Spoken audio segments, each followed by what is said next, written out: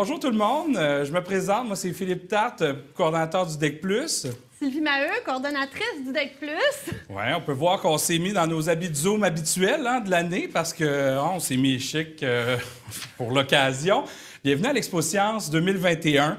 En toute une année qu'on a eue. Puis ce soir, bien, finalement, c'est la fête. On peut commencer, en fait, à apprécier les projets de nos étudiants. Puis on va passer toute la soirée ensemble pour pouvoir, justement, entendre parler de science puis d'entendre parler de ces fameux projets DEC+-là. Donc, après cette année qui a été fort tumultueuse et pleine de rebondissements, on a vraiment eu la chance de finaliser les projets de recherche. Ça a été extrêmement difficile de le faire. On a dû changer à peu près 36 fois de formule. On a aussi, juste pour faire l'Expo Science, je pense qu'on est rendu à notre 4e version, Sylvie, là, de tout ça. Ça a été rempli d'incertitudes. Bref, on est là ce soir avec vous. Les étudiants sont là sur Zoom pour vous présenter.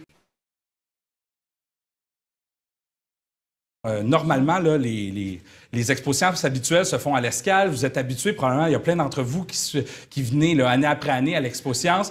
Donc, normalement, on est à l'Escale, il y a des kiosques, les gens se promènent d'un kiosque à l'autre. Et cette année, évidemment, c'était impossible. Donc, par les mesures sanitaires, on a essayé de faire quelque chose là, en présence, mais c'était vraiment impossible.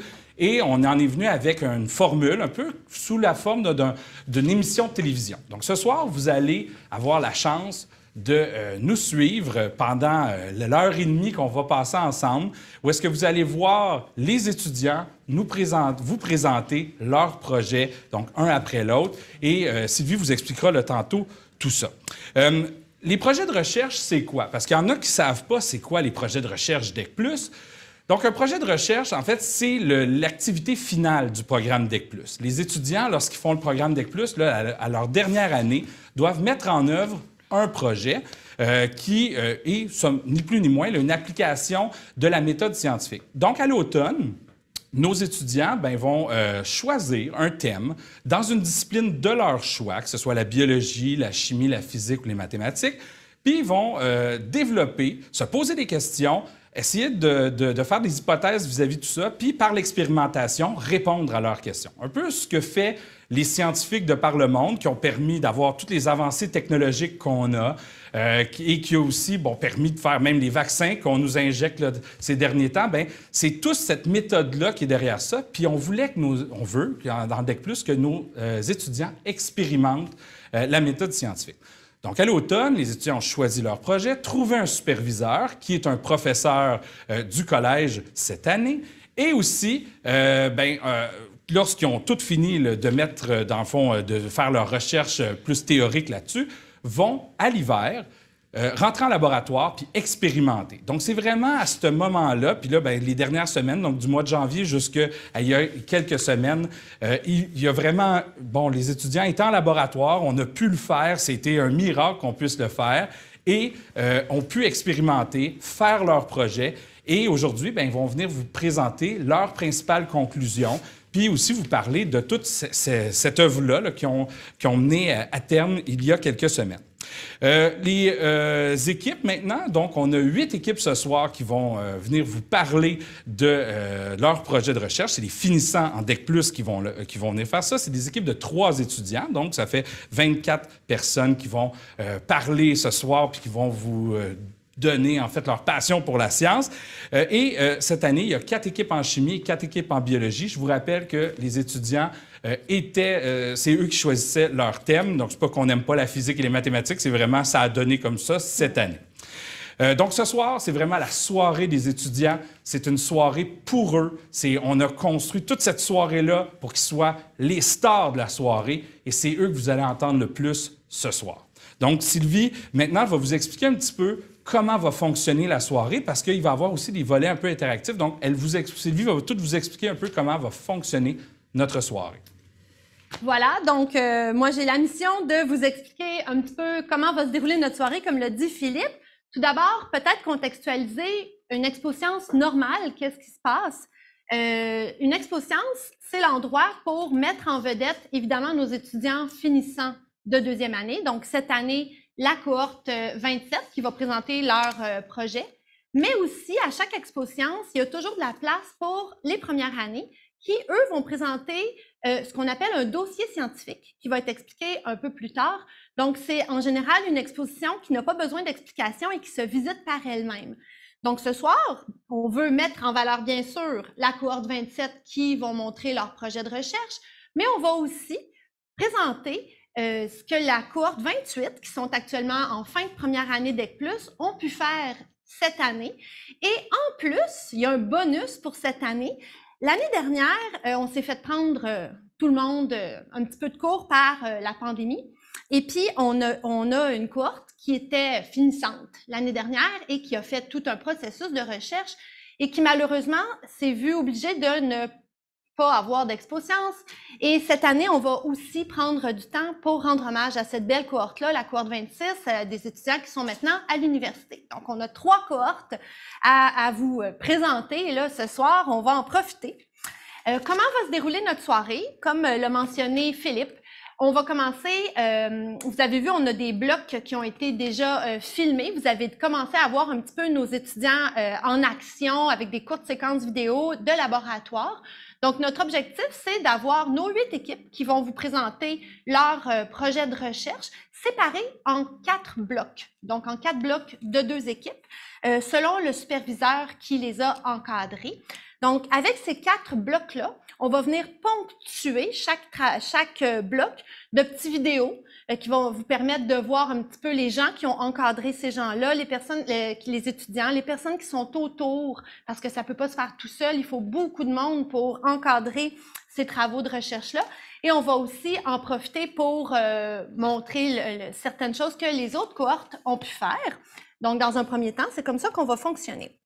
À la fin de chaque bloc, vu qu'on veut que notre expo-science soit le plus dynamique possible, on a prévu qu'il y ait une séance de questions. Bien sûr, vous ne pourrez pas poser directement vos questions aux étudiants. Philippe et moi, on va se faire les ambassadeurs de vos questions. Donc, comment est-ce qu'on va fonctionner? Pendant que les étudiants vont présenter, vous allez avoir 2 équipes qui vont présenter. Ça va durer à peu près une dizaine de minutes.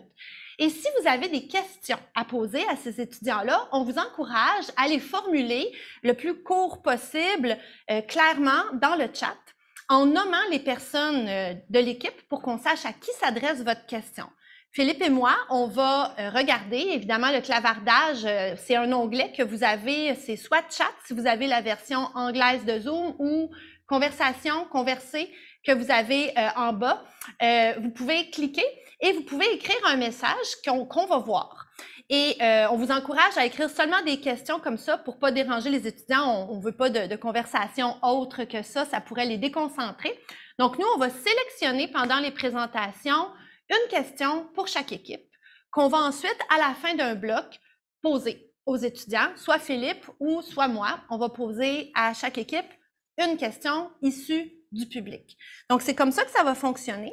Quand les 4 blocs vont avoir présenté, il va même y avoir un moment que Philippe va vous détailler tout à l'heure où vous allez avoir la chance d'aller les féliciter en personne si vous le désirez. Donc, voilà, ça c'est pour les explications pour le déroulement de notre belle soirée. Et là, ce qui nous reste à faire, c'est de commencer. Philippe, on y va. Donc, on va commencer avec notre premier bloc qui a eu la chance, donc nos 2 équipes ont eu la chance d'être supervisées par un collègue qui s'appelle Danny Rondeau. Donc, Danny va commencer par se présenter et ensuite, vous allez rencontrer les 2 merveilleuses équipes sous sa supervision. Bonne expo-science, tout le monde. Merci. Bonjour, je m'appelle Danny Rondeau, je suis professeur de chimie au Collège André Grasset. Je supervise 2 projets DEC+. Il y en a un où on fait de la vodka à partir des ingrédients de base pour réussir à faire la meilleure recette possible. Et le deuxième, on développe des inhibiteurs d'une enzyme qui s'appelle la tyrosinase, entre autres en travaillant avec ce qu'on appelle des chalcones et du jus de pomme.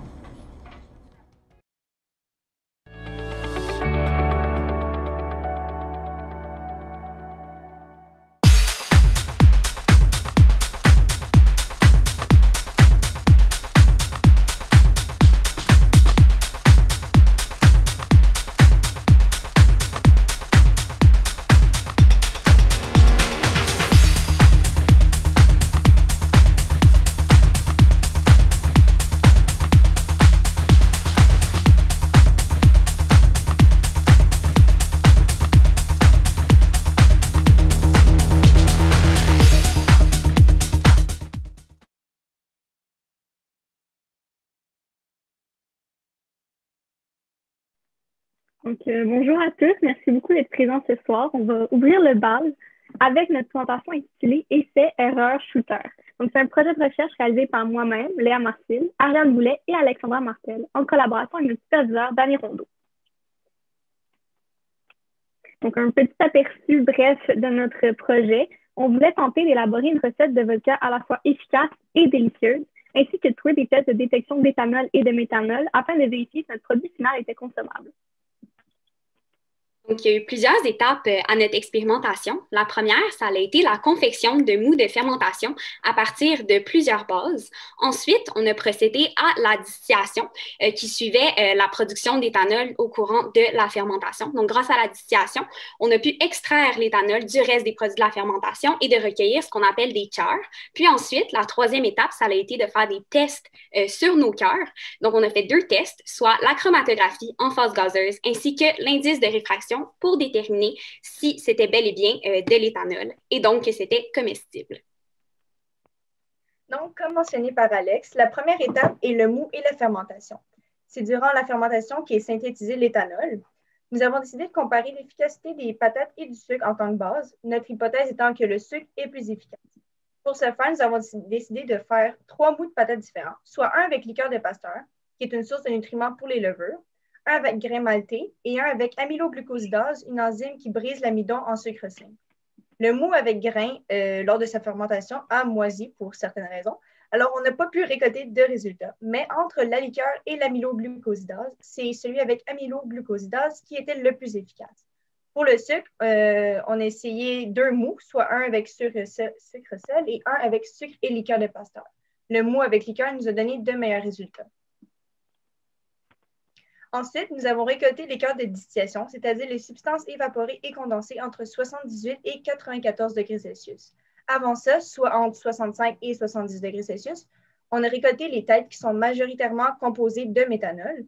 Et après 94 degrés, nous avons récolté les queues qui sont composées d'huile de fusel, un composé non toxique, mais qui donne un mauvais goût au distillat.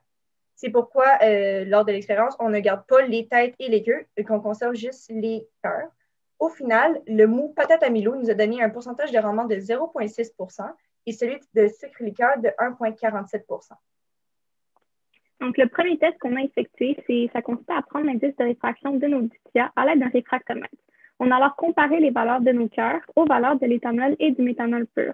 Comme on peut voir dans le tableau, la valeur de l'éthanol est de 1,361 alors que celle du méthanol est de 1,329.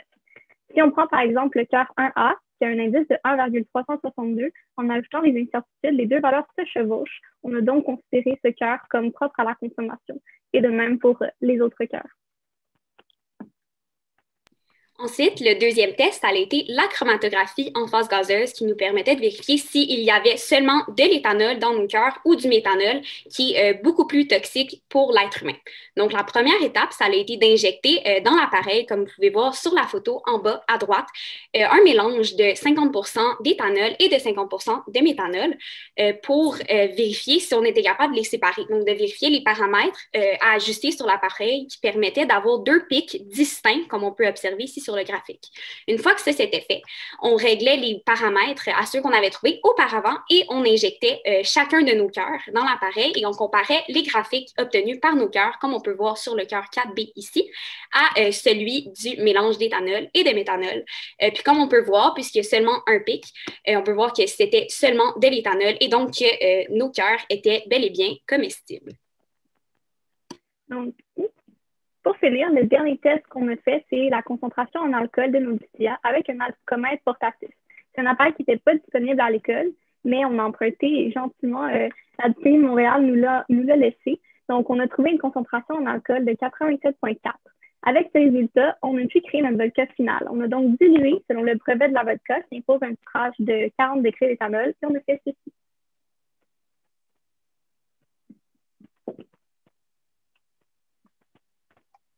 Donc, enfin, suite à toutes ces manipulations, on a pu confirmer notre hypothèse selon laquelle le sucre est la base la plus efficace.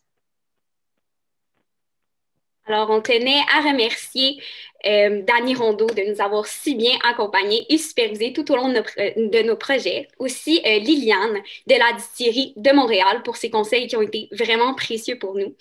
Bien sûr, Phil, notre coordo, ainsi que le Collège André Grasset pour tout le matériel qui nous a permis de faire notre expérimentation. Merci beaucoup. Merci.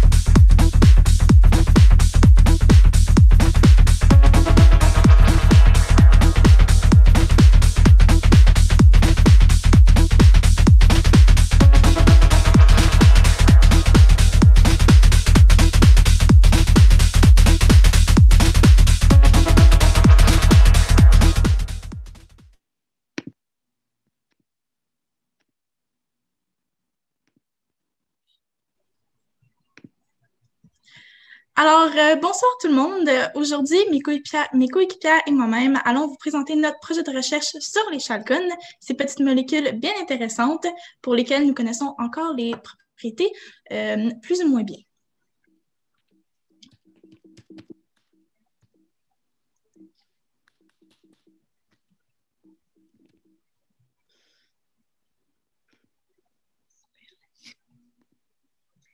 Excusez-moi pour ce petit contretemps. Alors, les chalcones. Alors, je suis pas mal certaine que, cher public, actuellement, vous êtes confortablement assis dans votre salon et vous vous demandez qu'est-ce que c'est en fait une chalcone?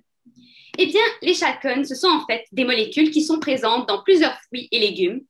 C'est des molécules qui sont peu solubles, de couleur jaune-orange. Ça peut être de la poudre, des cristaux, qui peuvent être créés par synthèse en laboratoire en combinant à l'aide d'une base forte le KOH, ou alors ici sur l'image, on voit le NaOH, le benzaldéhyde avec l'acétophénone pour nous donner notre chalcone de la fin. Eh bien, mais pourquoi est-ce qu'on a décidé mystérieusement de s'intéresser aux chalcones? Eh bien, c'est à cause de toutes ces nombreuses activités biologiques que les chalcones peuvent régler. Grâce à ses propriétés antioxydantes, ses propriétés antidiabétiques, ses propriétés antimicrobiennes et ses propriétés anticancéreuses. Mais c'est surtout sur les propriétés antioxydantes où nous nous sommes vraiment intéressés grâce à son inhibition de la tyrosinase. La tyrosinase, encore un mot compliqué. Ne vous en faites pas, on va tout vous expliquer. Alors, la tyrosinase, c'est quoi? C'est une enzyme qui joue un rôle extrêmement important dans le brunissement des fruits. Et ça peut créer aussi des changements au niveau de la pigmentation de la peau, que ce soit dans le problème de la mélasma, comme on voit ici sur l'image, ou dans les taches de rousseur.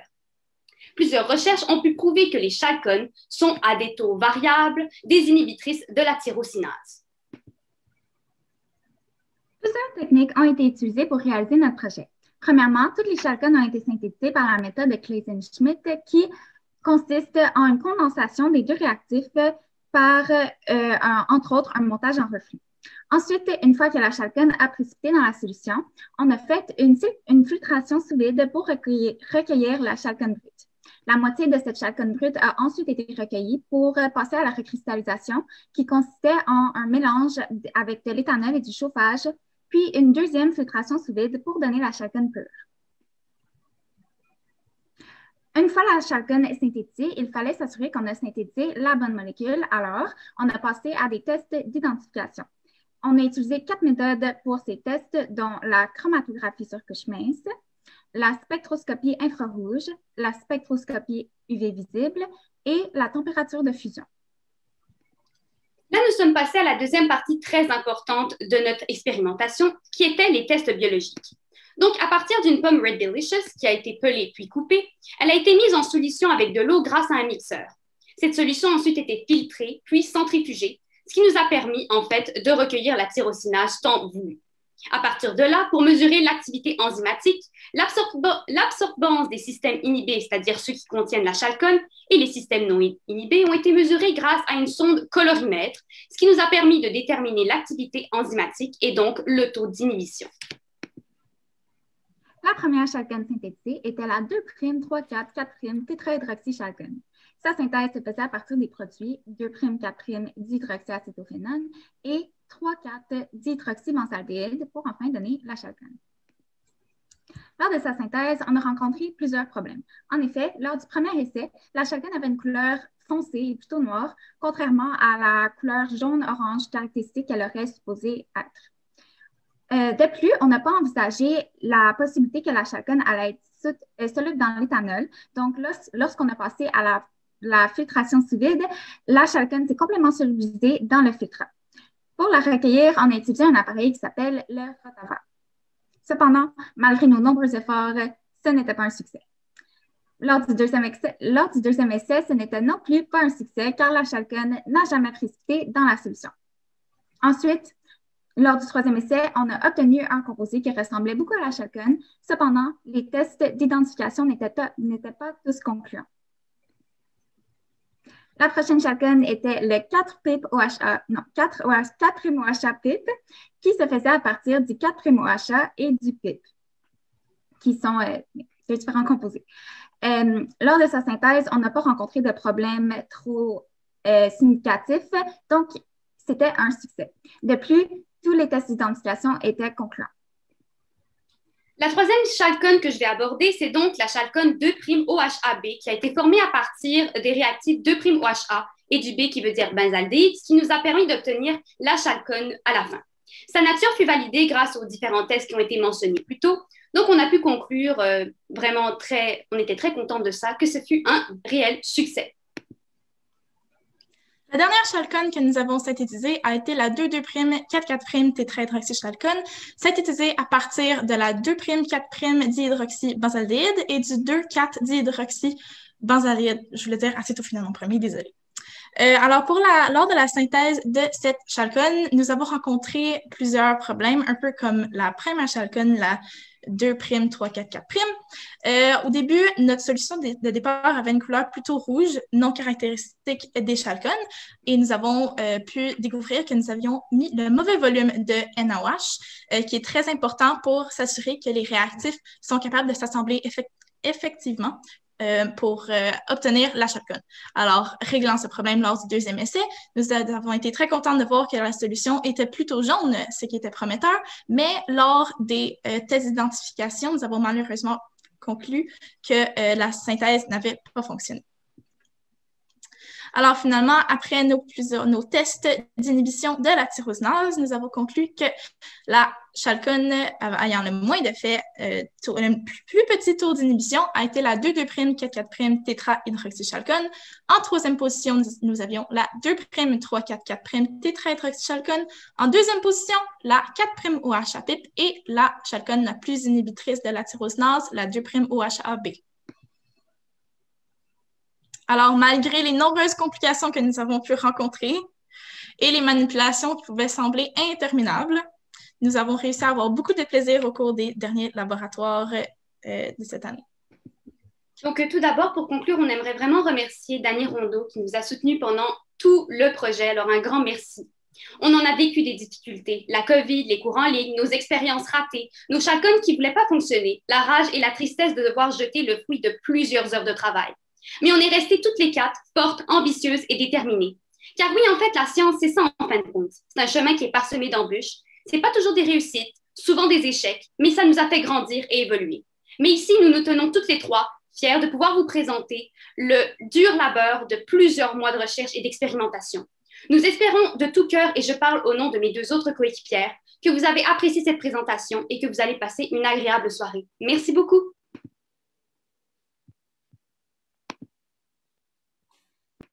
Bon, de retour. Bonjour. Bon, on va ôter nos masques maintenant qu'on a le droit.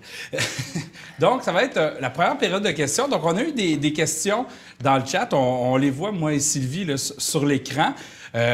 Ici, donc, on écoute évidemment, comme vous, l'Expo Science tous ensemble. Donc, la première question s'adresse à l'équipe de Léa, Ariane et Alexandra. Donc, il y a quelqu'un qui se demande, en fait, pourquoi la distillation est interdite à la maison? Donc, pourquoi on ne peut pas faire de distillation à la maison? Il y a quelqu'un qui se pose la question. Je pense que c'est quelqu'un qui voudrait peut-être faire de la distillation chez eux. Donc, les filles, je ne sais pas s'il y a quelqu'un qui pourrait répondre à ça. Léa, Alexandra ou Ariane? Oui, ben, je Vas-y. pense que Ariane essayait de parler, mais je pense que le plus grand risque, c'est surtout le méthanol qui peut être présent dans le DIA recueilli. Puis c'est sûr qu'à la maison, on n'a pas nécessairement ce qu'il faut pour faire les tests pour voir si c'est du méthanol ou de l'éthanol dans notre distillation. Donc, c'est sûr que c'est pas super. Puis il reste aussi que la distillation, ça peut être dangereux dans un local pas approprié pour ça. Là, il y a quand même du feu et tout. Mais je pense que le plus gros risque resterait quand même le méthanol présent dans le distillat, possiblement. Merci. Merci beaucoup. La deuxième question, donc, qui vient tout juste d'être posée par un ancien, Philippe Harris. Donc, comment avez-vous choisi les 4 chalcones, l'équipe de Inès, Christelle et Mathilde? Donc, pourquoi pas d'autres chalcones? Pourquoi c'est ceux-là que vous êtes arrêtés, là, votre choix s'est arrêté sur... Pourquoi c'est arrêté sur celle-là? Ben, dans le fond, quand on a fait nos recherches dans la littérature, on a beaucoup trouvé sur des chalcones beaucoup plus complexes, dont ce qu'on a choisi, les 2 dernières, la 2'344' et la 2'444'. Dans le fond, ce qui va faire la différence dans l'action de la tyrosinase, c'est sur les cycles aromatiques. Fait que où est-ce qu'on a les hexagones sur les chalcones, comme on peut voir sur mon background bien choisi pour ça.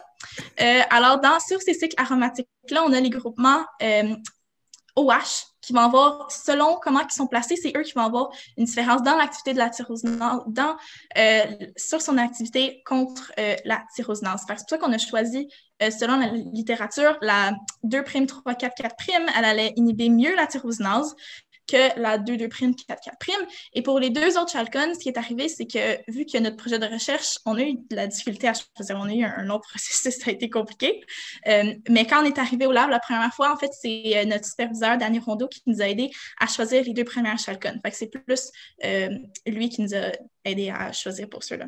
Si je peux juste ajouter, eh bien, il faut juste comprendre qu'il y a vraiment différents types de chalcones. Il y en a des centaines de milliers de sortes de chalcones, dépendamment des composés de départ qu'on va utiliser. Il existe aussi des flavonoïdes, d'autres constituants des chalcones. Donc, vraiment, c'est une recherche de base. On a fait de notre mieux pour essayer de diversifier au niveau de nos produits.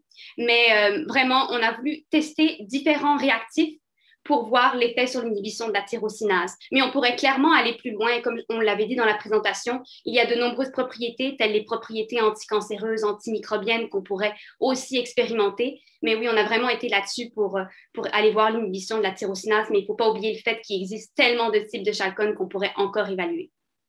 Merci beaucoup. Merci aux 2 équipes, aux premières équipes. Puis merci au superviseur Danny Rondeau. Là, je vois qu'il y a d'autres personnes qui posent des questions dans le chat. Gardez vos questions. À la fin, vous allez avoir la chance de pouvoir aller poser directement vos questions aux étudiants. Là, on va vous donner la chance de faire ça là, à la fin de la soirée. Donc, sans plus tarder, on va poursuivre avec le bloc numéro 2. C'est le bloc, les 2 équipes qui étaient sous la supervision de Félix Comtois, un professeur de biologie au collège. Donc, vidéo! Alors, salut, je m'appelle Félix Comtois, je suis un professeur de biologie et je supervise en ce moment 2 projets pour le DEC+. Un projet où on fabrique du gin. En fait, on essaye de fabriquer du gin à partir d'un alcool, d'une base d'alcool. Donc, on est en train d'essayer ça. Ça devrait fonctionner d'ici quelques jours. Et je supervise aussi un autre projet. On regarde en fait l'effet des médicaments qui peuvent se retrouver dans l'environnement et qui ont un effet sur la croissance de certaines plantes qu'on utilise pour la consommation. Donc, on regarde l'effet notamment du Voltaren, Advil, etc. pour savoir si ça a un impact sur la taille et la couleur aussi des végétaux en tant que tel. C'est pas mal ça.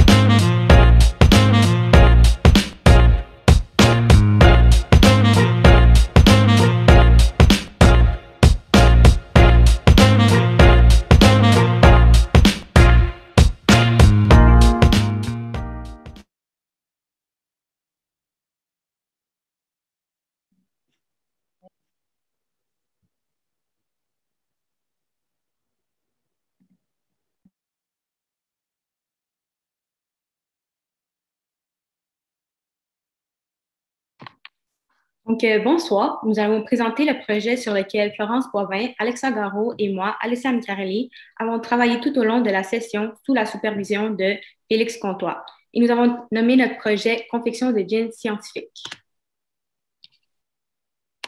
Donc, le but de notre projet était de synthétiser de l'alcool à partir de différents types de levures et de grains pour obtenir comme produit final du gin.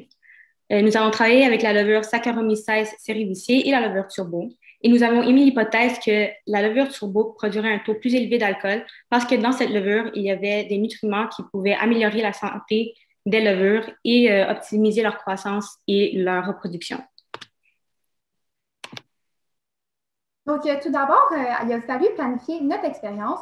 Donc, en premier lieu, notre but, c'était vraiment de comparer l'efficacité de différentes recettes à synthétiser de l'alcool, donc avec des grains ou non, dépendamment de la levure utilisée.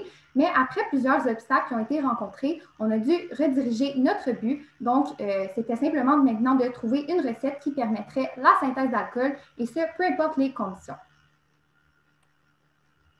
Par la suite, pour le déroulement, donc c'était divisé en 3 grandes étapes. La première qui est en fait la préparation du mou. Donc, on a dû déterminer les recettes à expérimenter, choisir les proportions des différents grains. On a dû moudre les grains et mettre tout ça en solution pour finalement chauffer et faire en sorte qu'on ait un mou liquide. Donc, on a ensuite procédé à la fermentation alcoolique. On a transvidé le mou dans des contenants hermétiques. On a ajouté la levure et on a déterminé les temps de fermentation, les températures, etc. Puis, au cours de cette fermentation-là, on a procédé à l'ensemencement de gélose pour s'assurer que notre produit était bien, qu'il y avait l'innocuité du produit. Par la suite, en fait, on est passé à la distillation fractionnée, donc ce qui consiste à chauffer le mou fermenté pour séparer et concentrer l'alcool du mélange. Pour les recettes qui contenaient des grains, c'est important de filtrer avant de distiller. Puis, en fait, après avoir distillé, on a bien estimé que notre mou qui contenait à la base 15 à 18 % d'alcool, ça se transformerait dans notre distillat en 90 à 95 % d'alcool. Une fois qu'on a obtenu notre distillat, donc notre volume d'alcool concentré, on a fait la chromatographie en phase gazeuse, qui est un test physico-chimique qui nous a permis de déterminer la composition des distillats. Puis, ce qu'on a fait, en fait, c'est qu'on a comparé les courbes que nous, on avait obtenues avec des témoins, donc des solutions d'éthanol, de méthanol et un mélange 50-50 des deux, dans le but de s'assurer que nos distillats ne contenaient pas de méthanol, qui est un composé toxique. Puis, une fois qu'on s'est assuré, encore une fois, de l'innocuité de notre produit, on a pu procéder à l'aromatisation, donc l'infusion de pétales d'hibiscus et de baie de Genève. Donc, au cours de nos différentes distillations, on a récolté divers volumes de distillats. Donc, pour le premier et le deuxième mou, on a procédé à une seule distillation. Par contre, pour le troisième mou, on avait un plus grand volume de mou fermenté, donc autour de 12 litres. Donc, on a été en mesure de faire 4 distillations distinctes au cours desquelles on a récolté plusieurs volumes différents. Une fois qu'on a récolté nos distillats, on les a analysés en chromatographie en phase gazeuse. Donc, avec cette technique-là, on a pu déterminer par correspondance que nos distillats ne contenaient pas de méthanol, donc ils ne contenaient pas de composés toxiques, et on a pu poser l'hypothèse que le composé qu'ils contenaient était de l'éthanol. Par contre, on ne peut pas l'affirmer avec certitude parce qu'il y a beaucoup d'incertitudes dans la méthode de chromatographie en phase gazeuse. Au courant de notre expérience, on a rencontré plusieurs difficultés techniques. Donc, premièrement, on cherchait un contenant pour faire fermenter le mou. Puis, c'était compliqué parce qu'on devait trouver un contenant assez grand pour contenir un grand volume de mou, mais pas trop grand pour éviter qu'il y ait un surplus d'air au-dessus du mou, ce qui aurait pu permettre à des micro-organismes nuisibles de croître dans le mou. Donc, on a finalement opté pour diviser le mou dans 5 Erlenmeyer de 1 litre. Par contre, ça posait un autre problème qui était la répartition inégale du mou dans les Erlenmeyer. Donc, il y en avait qui avaient plus de levure, moins de levure, plus de grains, moins de grains, et ça a entraîné des variations dans le taux d'alcool produit dans chaque Erlenmeyer. Ensuite, au niveau de la distillation, c'était vraiment difficile de maintenir une température constante pour le mou parce qu'on utilisait des brûleurs Bunsen et une calotte chauffante qui sont des outils de chauffage vraiment imprécis. Donc, c'est arrivé plus d'une fois qu'on a dépassé la température d'ébullition de l'éthanol et donc ça représente un danger puisque des composés toxiques dont la température d'ébullition est supérieure à l'éthanol pouvaient se retrouver dans notre distillat et compromettre la qualité de notre alcool. Sinon, au niveau de la gestion du temps, la fermentation, c'est un processus qui demande vraiment beaucoup de rigueur et de précision au niveau de la gestion du temps et du respect des échéanciers. Sauf qu'on n'avait pas vraiment de contrôle sur nos périodes de laboratoire et des fois, on a été obligé de manquer plusieurs périodes de laboratoire de suite, notamment pour la semaine de relâche ou des semaines d'examen. Et ça a fait en sorte qu'on a laissé nos mous fermenter trop longtemps et ça a compromis leur qualité.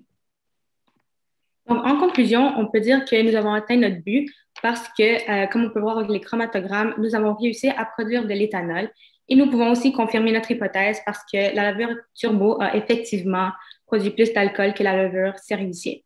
Donc, pour terminer, nous voulons remercier Félix, Mélanie et Philippe pour nous avoir accompagnés tout au long de cette merveilleuse aventure. Donc, merci et bonne suite à l'exposition.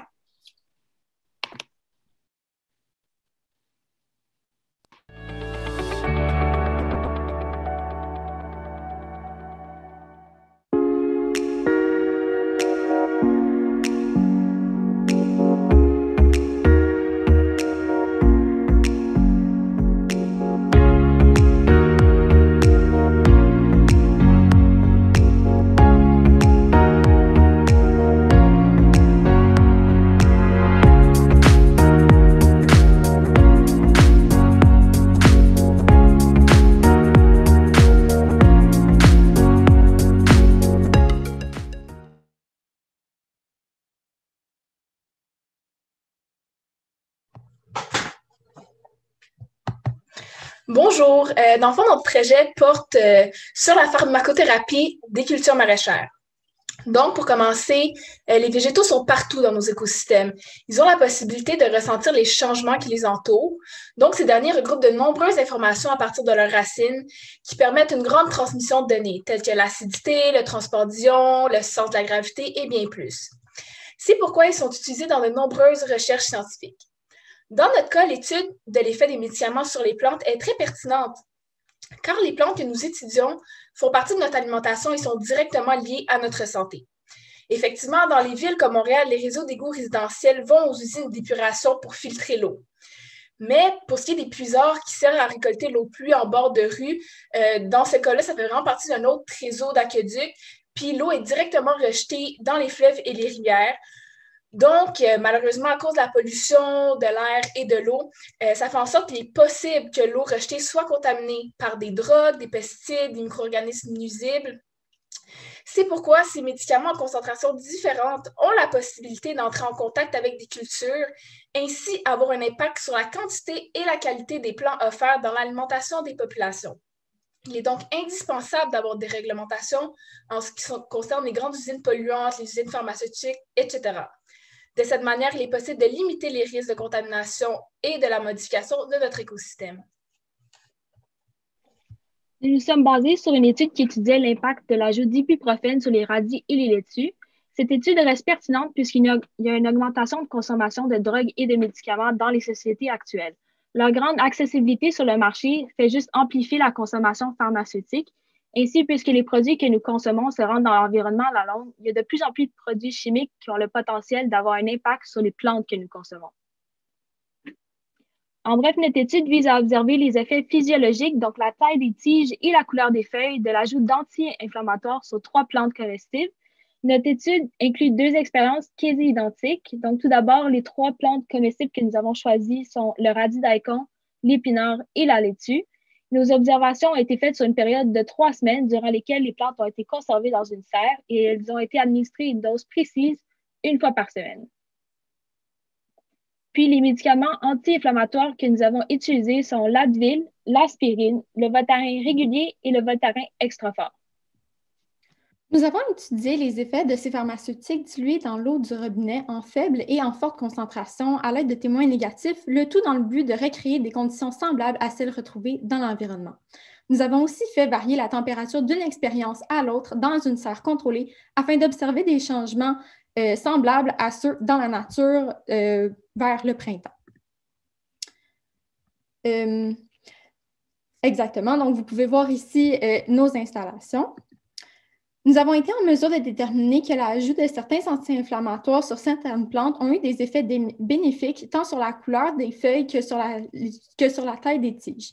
Ainsi, pour les épinards, l'ajout de Voltaren a permis une croissance légèrement supérieure à celle des témoins négatifs. Ensuite, pour les laitues, l'ajout de l'anti-inflammatoire Advil a été le plus bénéfique. Quant au radis daikon, c'est l'ajout d'Advil et de Voltaren qui a été le plus bénéfique à la croissance.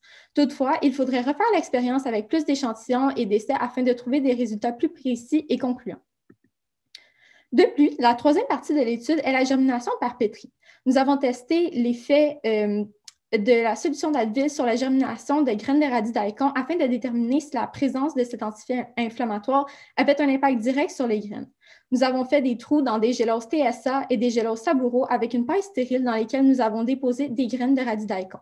Après avoir préparé des témoins négatifs, nous avons prélevé 1 millilitre de notre solution Akers d'Advil et nous l'avons réparti également dans des géloses qui ont été placées dans un incubateur. Nous n'avons pas été en mesure de déterminer si la présence ou l'absence d'Advil avait réellement un impact sur la germination des graines de radis daikon dans une gélose Saburo, puisque les témoins négatifs ainsi que les géloses ayant de l'Advil n'ont pas germé. Toutefois, nous pouvons constater que les géloses TSA permettent une meilleure germination. En conclusion, nous pouvons apporter notre étude à une plus grande échelle. Ainsi, l'ajout d'anti-inflammatoires a eu des répercussions négatives et bénéfiques sur les plantes comestibles. Donc, l'effet de ces médicaments peut se traduire à l'environnement. Il devient donc indispensable d'avoir des réglementations sur les compagnies pharmaceutiques afin de prévenir la possibilité d'une réduction de plantes comestibles dans l'environnement. Nous tenons aussi à remercier notre superviseur Félix et Mélanie, la technicienne de laboratoire, pour leur aide dans notre projet.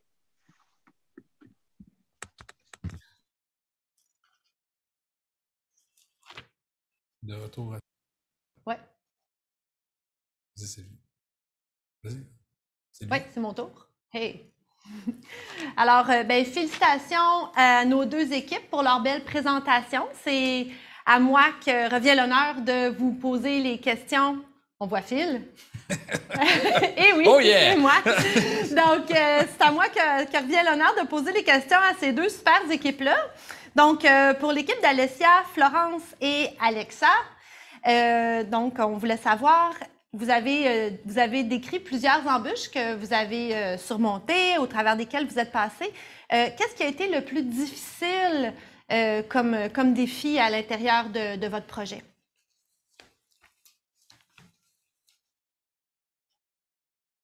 Une courageuse? Oui. Je vais aller, en fait, je pense que qu'est-ce qui a été vraiment le plus difficile parmi tout ça, ça a vraiment été le temps, le fait qu'on était restreint dans le temps parce que, par exemple, là, avec nos recettes, il y avait vraiment des temps de fermentation qui étaient demandés, pas trop, il ne fallait pas trop attendre, mais il fallait laisser le temps là, au sucre et aux levures d'agir. Puis ça fait que, par exemple, dans le cas des semaines d'intra et de la semaine de relâche, mais il y avait une longue période, là, il fallait qu'on prévoie ça. OK, puis c'était vraiment comme un casse-tête là, à se dire qu'est-ce qu'on compromet un peu, si on veut, qu'est-ce qu'on fait en sorte, qu'est-ce qui est moins important. Est-ce que c'est est-ce qu'on préfère faire la fermentation pas assez longtemps, trop longtemps? Donc ça, je dirais que c'était vraiment l'obstacle majeur qu'on a dû surmonter. Mais je pense qu'on s'en est bien sorti parce qu'on a réussi, là, je l'ai ici, là, à faire un gin. Là, il a l'air super foncé avec ma luminosité.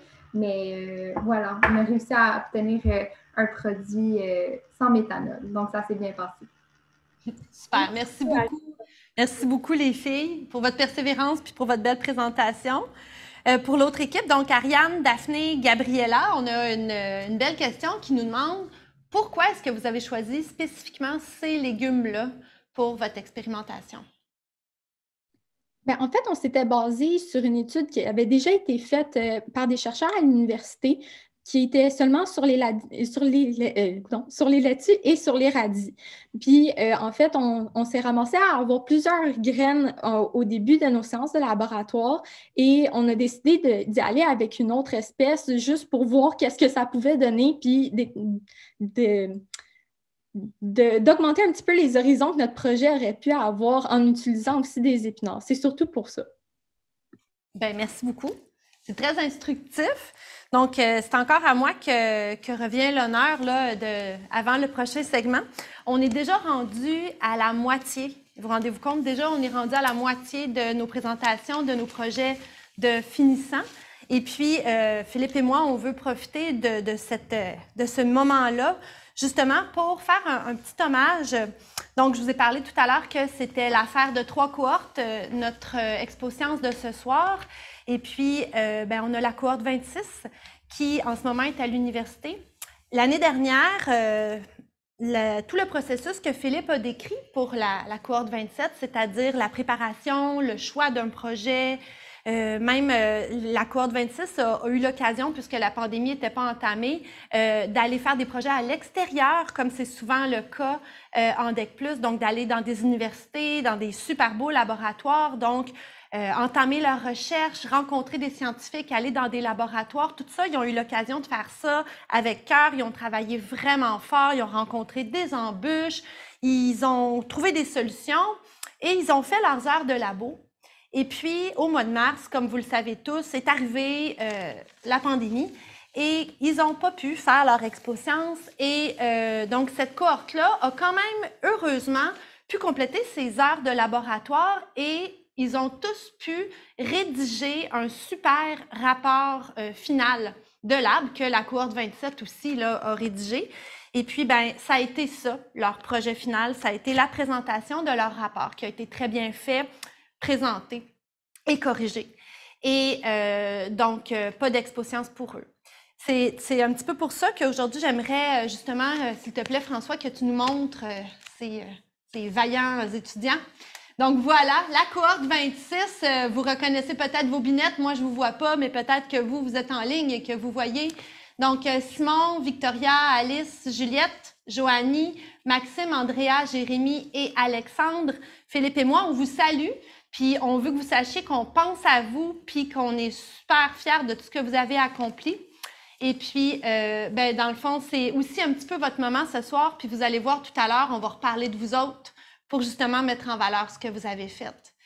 Alors, je voudrais aussi prendre, là j'ai beaucoup de choses dans les mains, mais je voudrais aussi prendre le moment pour montrer quelque chose qui est arrivé aujourd'hui comme une super belle surprise. C'est Simon et Alice qui sont venus me porter ça. Donc, un hoodie, un super beau coton ouaté qui porte fièrement donc, le logo du DEC+. Donc, pour les cohortes 27, là, je m'enligne pas bien. Donc, pour les cohortes 27 et 28, vous ne reconnaissez pas ce logo-là, mais pour toutes les autres cohortes qui nous regardent, vous le reconnaissez. C'est l'ancien logo du DEC+, et c'était aussi celui de la cohorte 26. Il y a mon nom sur le côté parce que c'était moi leur coordo, fait que je suis super fière, puis je vais le porter fièrement, mon beau coton ouaté, qui m'a été apporté ce matin au collège. Merci beaucoup. Oh, t'es sortie. Nice. Je suis sortie, je suis revenue. Donc, oui, je l'ai juste déposé. Donc, j'ai déposé le coton ouaté et là, je m'enligne pour, et voilà, télévisuel, enligné vers le centre, comme prévu.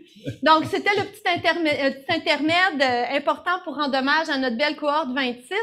Maintenant, on va continuer.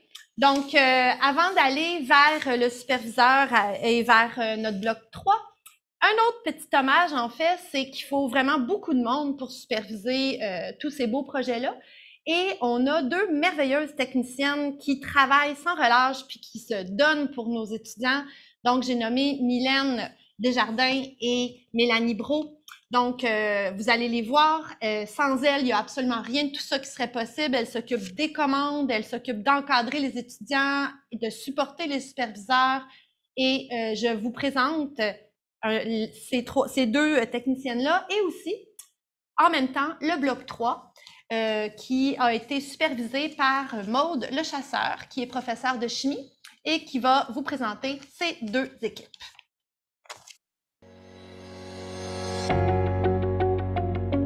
Bonjour, mon nom est Mylène Desjardins, je suis technicienne au laboratoire de chimie. Donc, c'est moi qui est disponible pour aider les professeurs et les étudiants quand ils ont besoin de matériel, donc et les aider avec les techniques, les appareils. Donc, je donne mon appui et mon support à cette belle gang.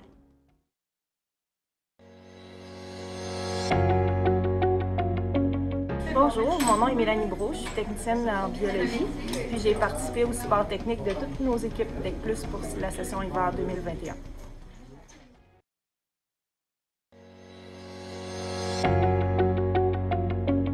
Bonjour, mon nom est Maud Le Chasseur, je suis professeure de chimie au collège et puis je supervise cette session-ci deux équipes.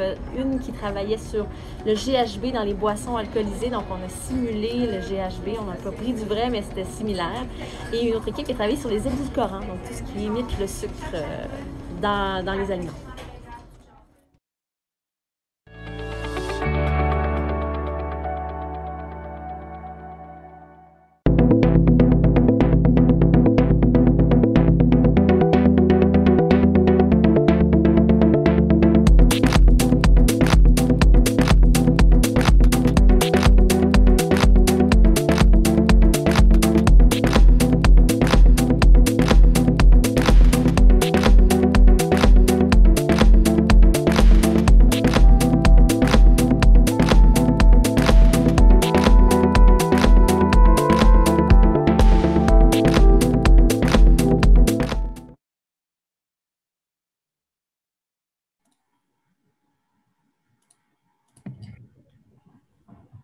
Bonjour, donc pour notre projet de recherche, on s'est basé sur un phénomène qui est malheureusement de plus en plus courant.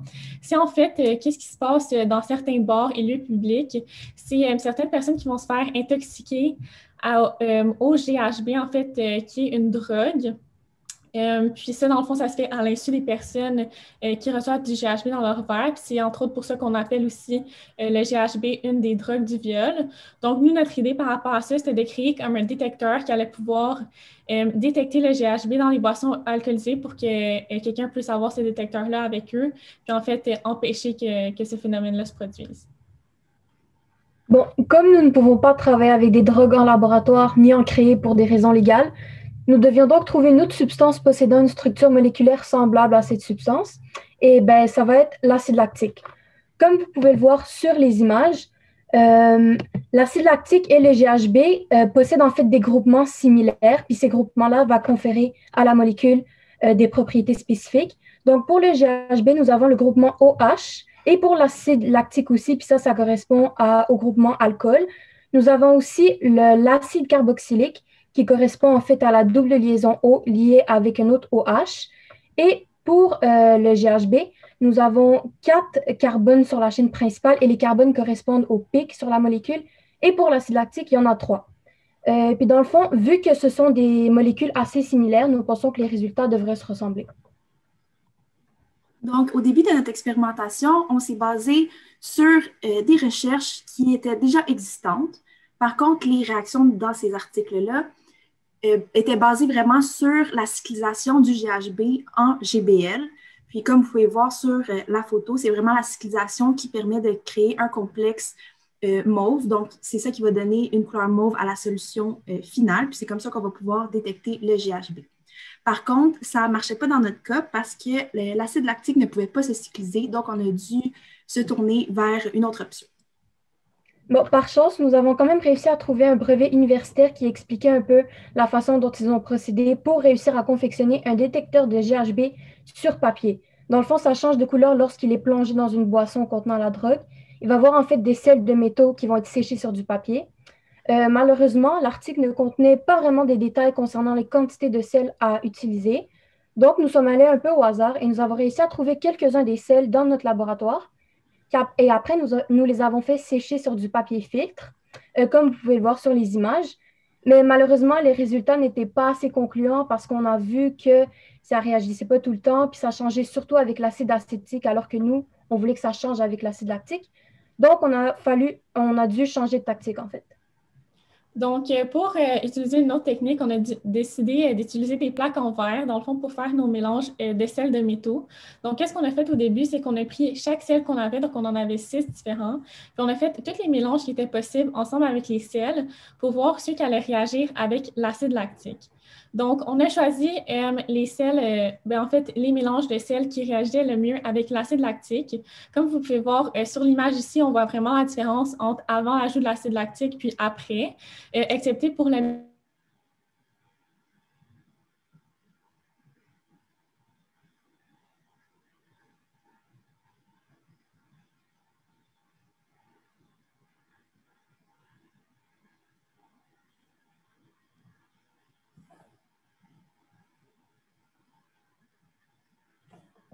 OK. Oh, on a un petit problème technique. Est-ce que... OK, ouais. Ouais, J'étais pas Aurélie? sûre si c'était moi qui buguais ou c'était Julia. Mais dans le fond, comme vous pouvez voir, ça a quand même bien changé quand on ajoutait l'acide lactique pur.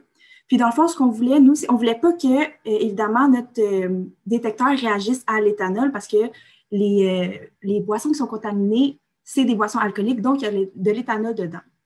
Donc, comme vous pouvez voir, il n'y a pas beaucoup de réactions avec l'éthanol. Notre détecteur ne réagit pas avec l'éthanol, donc c'est exactement ce qu'on voulait. Puis, même chose avec l'acide acétique. Donc, nous, dans le fond, on voulait que ça réagisse avec l'acide lactique et non l'acide acétique, parce que l'acide acétique contient juste un groupement acide carboxylique et pas de groupement alcool, mais nous, on veut que ça réagisse avec l'acide lactique qui contient les deux groupements. Puis, à la fin, dans le fond, ça nous a permis de déterminer la solution exacte qui va pouvoir nous donner le meilleur détecteur, dans le fond. Puis, on est arrivé au sel ABDF, comme vous pouvez voir. Donc, après avoir trouvé les bons sels qui pouvaient nous donner le meilleur détecteur, on a fait des tests sur des boissons alcoolisées. Puis, dans le fond, on a créé des solutions de boissons alcoolisées contaminées, en guillemets, par du faux GHB. Puis, dans le fond, nous, notre faux GHB, c'est l'acide lactique. Puis, on a fait des solutions qui avaient des concentrations réelles. Donc, on a une solution avec une plus grande concentration de 3 grammes par 250 millilitres. Puis, on a une autre concentration moins grande qui est de 1 gramme par 250 millilitres. Puis, on peut voir au milieu que la bière contaminée réagit avec notre détecteur en changeant la couleur brunante en couleur beaucoup plus verte. Ensuite, on a fait des tests sur le Baileys. Malheureusement, ça n'a pas vraiment fonctionné parce qu'on a remarqué que quand on rajoutait l'acide lactique au Baileys, ça faisait des genres de cailloux. Donc, ce n'était pas très concluant comme résultat. Par contre, au niveau du cognac, comme on voit au milieu encore, on voit une bonne différence entre le cognac contaminé et le cognac non contaminé. Encore là, il y a une couleur beaucoup plus verdâtre pour le cognac contaminé. Pour le vin rouge, on peut voir que la différence est moindre. Donc, on s'est arrêté à une concentration de 3 grammes par 250 millilitres. Ensuite, pour le vin blanc, encore là, c'est comme la bière et le cognac. Donc, il y a une couleur beaucoup plus verdâtre pour le vin blanc contaminé. Puis, même chose pour la vodka, comme on voit à l'écran. Donc, en terminant, on s'est posé la question, puis on s'est demandé qu'est-ce qu'on aurait fait si on avait eu plus de temps à mettre sur notre projet de recherche. Donc, premièrement, on aurait essayé de préciser les limites de notre détecteur en trouvant vraiment les bons intervalles de détection. Ensuite, évidemment, on aurait aimé ça tester avec du vrai GHB, même si ce n'était pas possible dans le contexte. Puis, finalement, on aurait aimé ça développer vraiment un produit qu'on pourrait commercialiser, puis qui serait facile d'accès, puis facile à utiliser dans des emplacements comme, par exemple, un bar. Désolée tout le monde, ça a un peu bugué, mais là maintenant ça fonctionne. Et à la fin, on voulait juste remercier aussi vraiment Maude pour toute l'aide qu'elle nous a apportée pendant notre projet de recherche, surtout quand des fois on était incertaine par rapport à certains trucs. Elle nous a vraiment aidés, puis aussi pour toute l'aide que Mylène nous a apportée en laboratoire.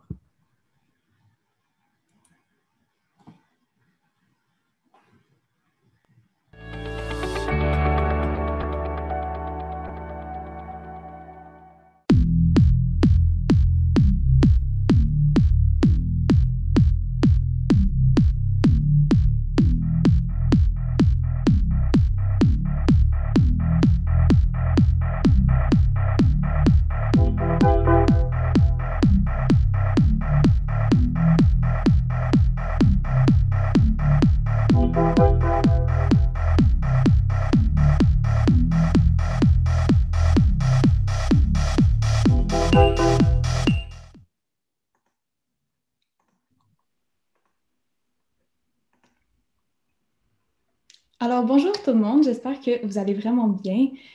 Pour notre projet avec mes coéquipiers, donc Juliette et Charles, nous avons étudié les édulcorants, de leur synthèse à leur utilisation.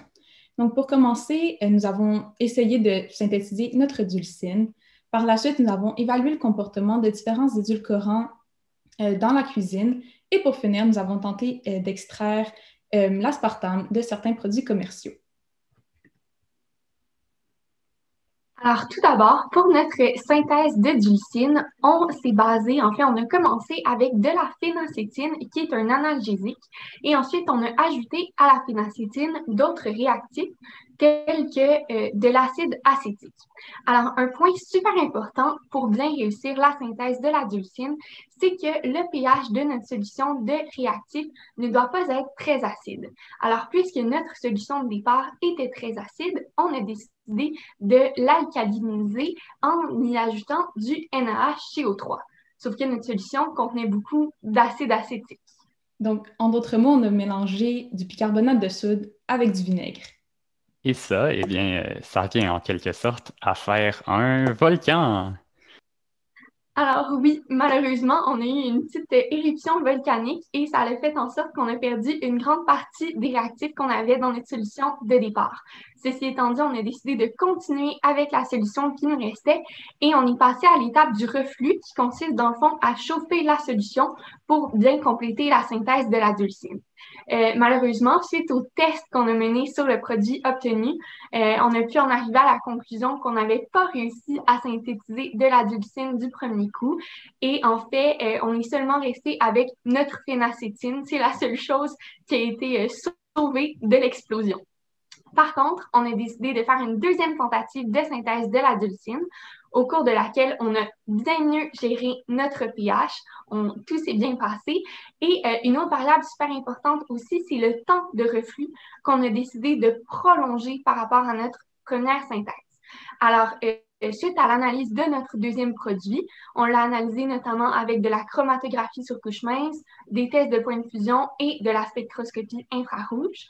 Et on a été capable de confirmer qu'une nouvelle substance avait été synthétisée. On n'a pas pu confirmer que c'était de la dulcine, mais on a synthétisé quelque chose. Pour la deuxième partie de notre expérience, notre but était de déterminer quel édulcorant était le mieux pour remplacer le sucre dans la cuisine. Donc, pour le choix des édulcorants, on s'est arrêté sur 3 différents types. Donc, les sucres alcool, donc nous avons choisi l'érythritol, un édulcorant artificiel, donc le sucralose, ou aussi connu sous le nom de Splenda, et finalement, un édulcorant naturel, le stevia. Donc, nous avons gardé la même recette pour chacun des sucrants. Donc, nous avons pris évidemment une recette de Ricardo, qui d'autre, et nous avons seulement fait varier justement le sucrant entre chacune des recettes. Donc, dès la préparation du mélange, on a pu observer une différence au niveau de la texture.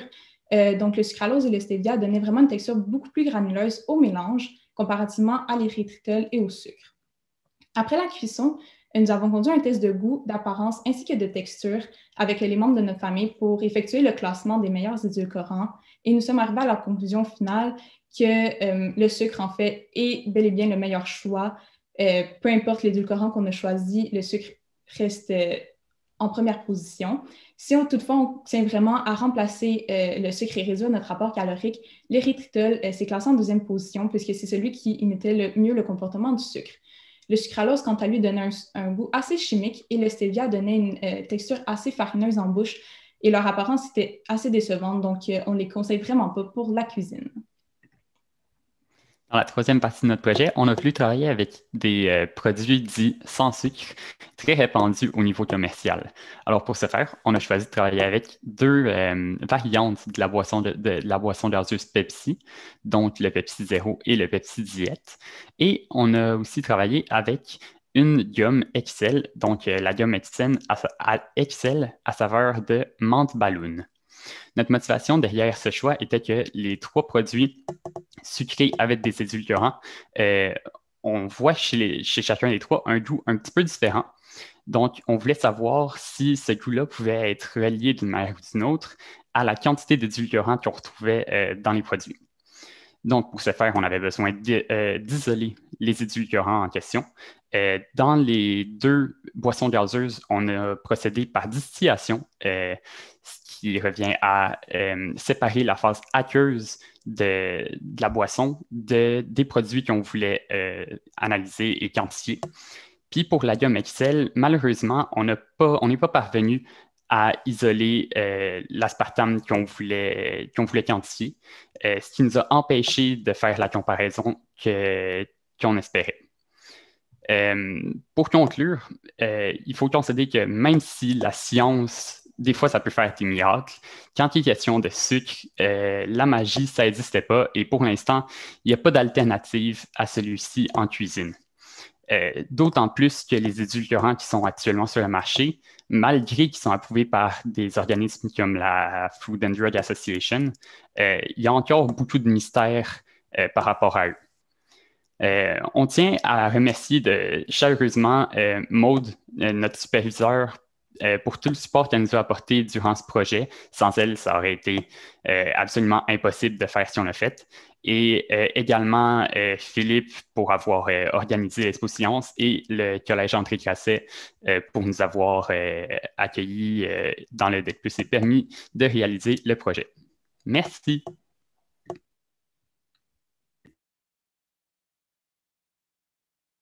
Merci. OK, ça vient à moi.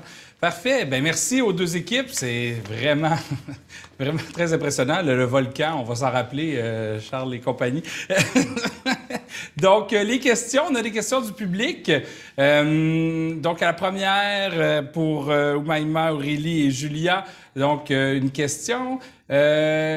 Au sujet de votre détecteur à GHB, est-ce que le détecteur peut être berné par des alcools, comme certaines bières qui contiennent déjà de l'acide lactique? Donc, selon vous, est-ce que votre détecteur pourrait être berné par ça? Oui, je pense que c'est une possibilité.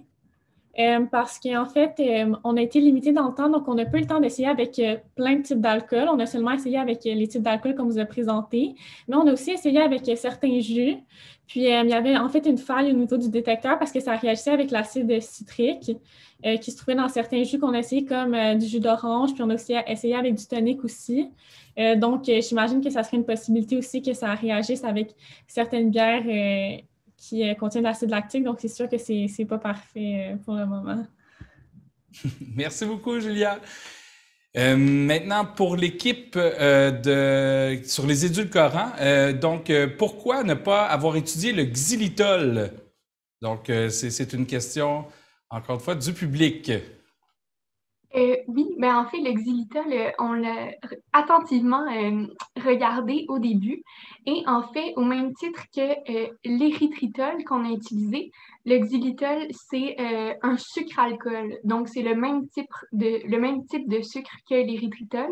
Et nous, on voulait vraiment utiliser un édulcorant de chaque nature, c'est-à-dire qu'on a utilisé le sucralose qui est complètement artificiel, le stevia qui est naturel et qui vient d'une plante, et finalement l'érythritol qui est un polyol ou un sucre-alcool qu'on peut retrouver dans certains fruits, mais on a aussi attentivement considéré le xylitol qui vient du bouleau. Merci beaucoup. Merci pour vos questions encore. Donc, une deuxième question du duo Louis et Philippe Harris, deux anciens DEC+, de deux cohortes. Donc, merci à vous. Merci pour vos belles réponses. Maintenant, on va passer déjà au dernier des blocs. Donc, c'est le bloc qui était sous la supervision de Geneviève Beaulé. Donc, les deux dernières équipes. À toi, Geneviève.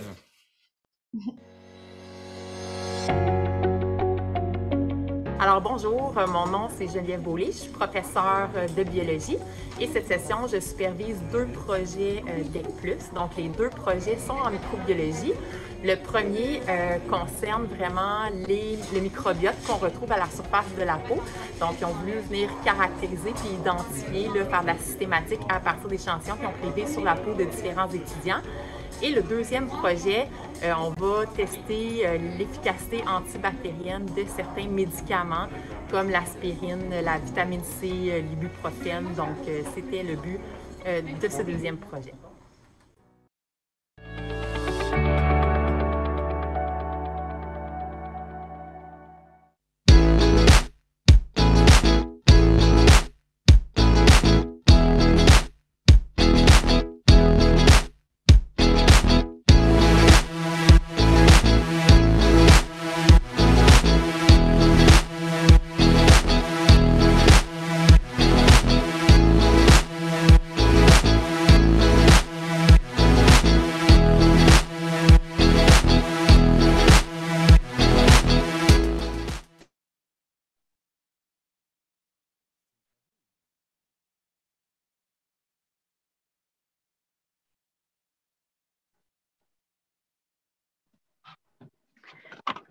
Saviez-vous que des centaines de milliards de bactéries habitent notre corps? Ces colocataires inhabituels sont pour la plupart inoffensives et même que certaines d'entre elles sont bénéfiques pour notre fonctionnement. Dans le projet de recherche qui est supervisé par Geneviève Beaulieu, nous avons comparé les bactéries prélevées de la peau de 4 individus dans le but de découvrir si on retrouve les mêmes bactéries d'un individu à l'autre, ou plutôt si chacun possède une composition bactérienne différente.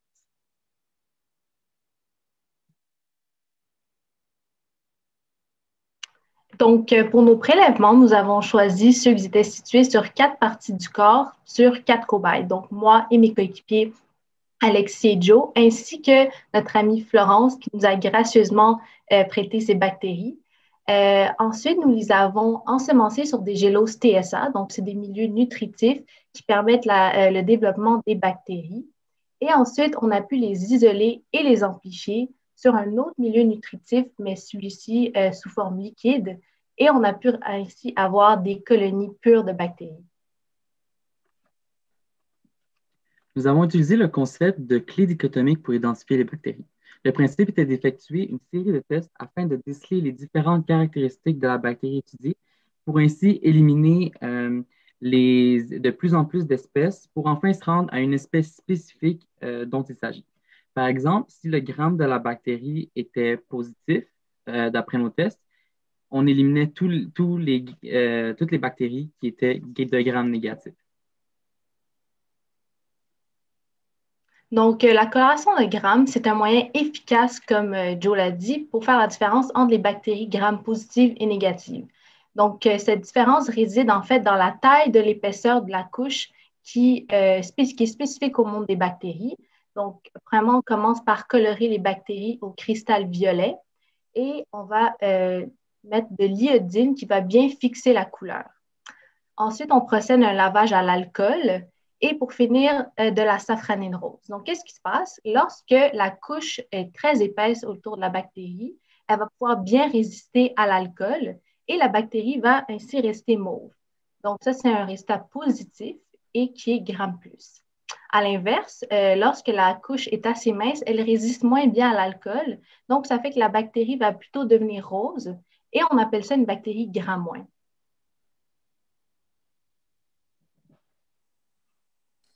En utilisant une gélose McConkey en tant que milieu de culture pour nos bactéries, nous avons pu vérifier nos résultats assez incertains de notre coloration de grammes. Ce type de gélose ne laisse que se développer les bactéries qui sont de grammes négatifs. Donc, en isolant chaque bactérie et en la faisant pousser dans l'une de ces géloses, nous avons pu remarquer quelles bactéries se sont développées dans l'incubateur et en déduire leurs grammes. Ensuite, le prochain test nous permettait de déterminer si la bactérie étudiée possédait l'enzyme catalase ou non. Celle-ci permet aux micro-organismes de décomposer le peroxyde d'hydrogène en eau et en oxygène. Par ce test, on peut déterminer si les bactéries sphériques, qu'on appelle cocci, sont en amas, donc qui sont staphylocoques, ou qui sont en chaîne, qu'on appelle streptocoques. En appliquant une goutte de peroxyde sur les bactéries, une effervescence indique la présence de cette enzyme, comme on peut voir dans la vidéo suivante.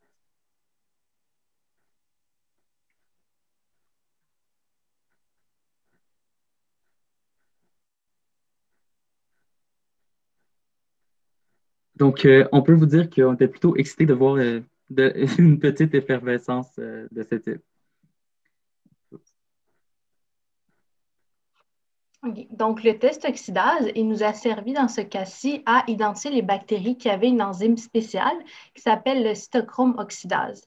Donc, c'est une enzyme qui participe au métabolisme de la bactérie.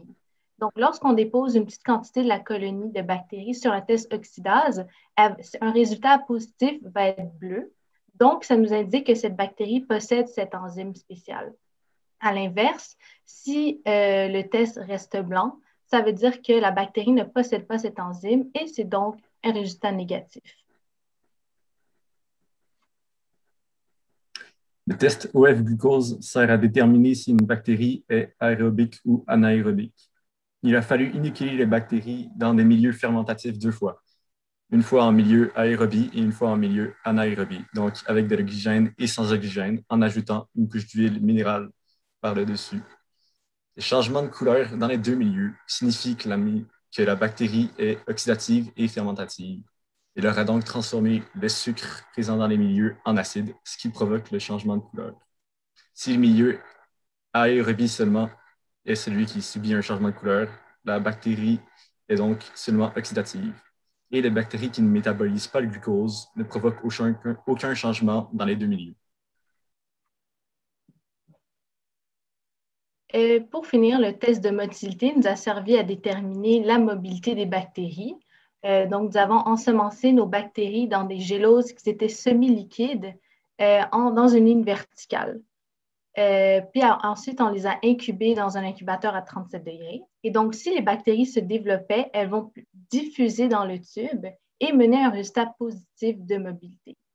Si elles ne se développaient pas, ou plutôt elles vont peut-être juste se développer autour du lieu d'ensemencement vertical, comme vous pouvez voir sur les photos, ça signifie tout simplement que la bactérie ne peut pas se déplacer et que c'est un résultat négatif. Et finalement, nous avons testé la résistance des bactéries face à la vancomycine, un antibiotique utilisé contre certaines infections bactériennes. En plaçant une capsule de vancomycine dans une gélose ensemencée de bactéries et en incubant le tout, on peut observer la zone d'inhibition de la vancomycine sur les bactéries, c'est-à-dire la zone où aucune bactérie ne pousse. En mesurant le diamètre de cette zone, on peut déterminer si la bactérie est sensible ou résistante face à cet antibiotique. Grâce à nos tests, nous avons pu établir une liste de possibilités pour chacun de nos échantillons que nous avions décidé d'analyser. Par exemple, pour une bactérie que nous avons prélevée de moi, plus précisément du dessous de mon cou, et qu'on a isolé ensuite, puis nous avons effectué les tests, on a trouvé 5 espèces possibles de bactéries qui seraient possibles d'avoir. Évidemment, avec plus de budget, de ressources et de temps, on aurait pu pousser nos tests un peu plus loin afin de vraiment trouver de quelle espèce il s'agissait spécifiquement. Et ça aurait été un truc très intéressant à voir. Pour finir, on aimerait vraiment remercier Geneviève Beaulier qui nous a beaucoup aidés dans ce projet et Mélanie, la technicienne qui était là tout le long, qu'on avait des questions. Et aussi Frédéric qui nous a fourni beaucoup de tests qui nous a permis d'aller un peu plus loin dans notre recherche.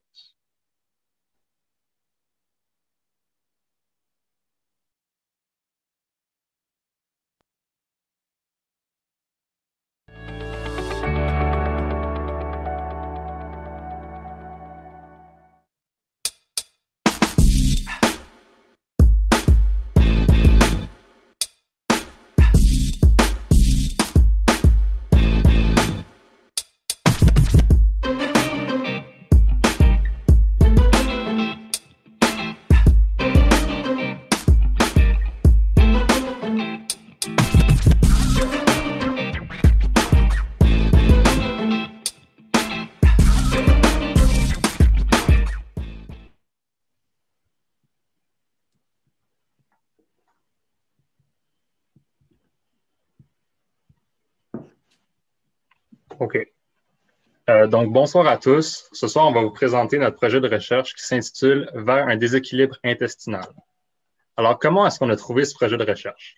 Avant même d'entamer le projet, on savait déjà qu'on voulait s'attaquer au microbiote intestinal, puisqu'il est si fascinant. Qu'est-ce que c'est en fait? C'est l'ensemble des micro-organismes qui peuplent le système digestif. En lisant plus sur le sujet, on a pu constater que certains médicaments en vente libre pouvaient causer un déséquilibre dans notre microbiote, ce qui va être à l'origine de troubles de santé mentale et physique. Puisqu'il nous était impossible de travailler directement sur les bactéries du microbiote, on a dû en choisir 2.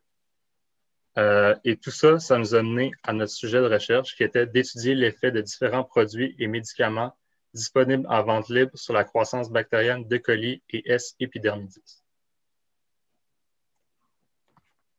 Alors, comme Simon l'a mentionné, justement, on a travaillé avec 2 bactéries, avec Escherichia coli, qui est une bactérie Gram- et Staphylococcus epidermidis, qui est une bactérie Gram+. Alors, qu'est-ce que Gram- et Gram+ veut dire? C'est vraiment une différence dans la structure de leur membrane.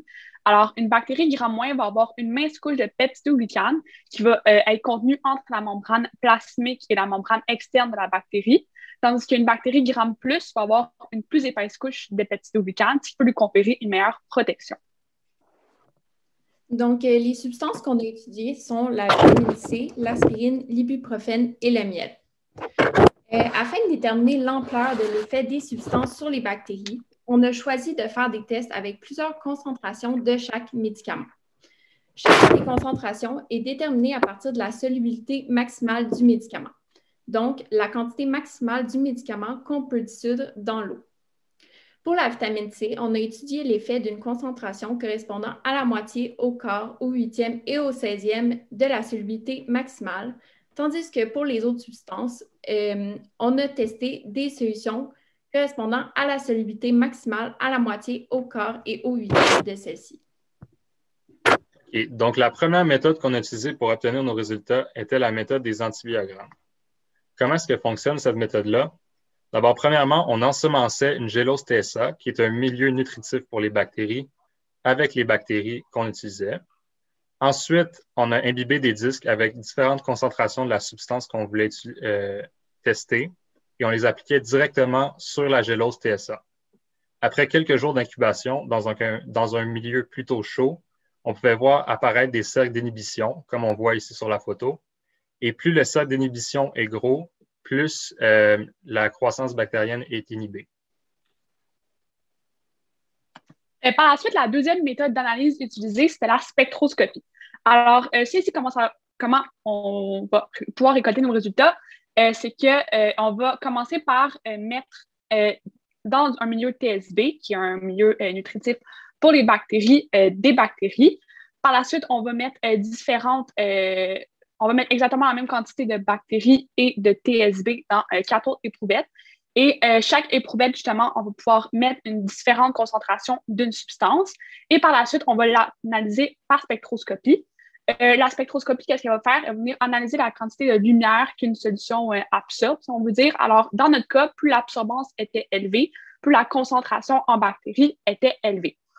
Alors, nos résultats qu'on obtenait, on les récoltait dans un petit tableau. À la diapo suivante, ouais. Alors, c'est ça. On avait notre contrôle bactérien. Ici, on peut voir avec les autres concentrations des substances que le contrôle bactérien a une absorbance vraiment similaire à celle obtenue avec les substances mesurées à différentes concentrations.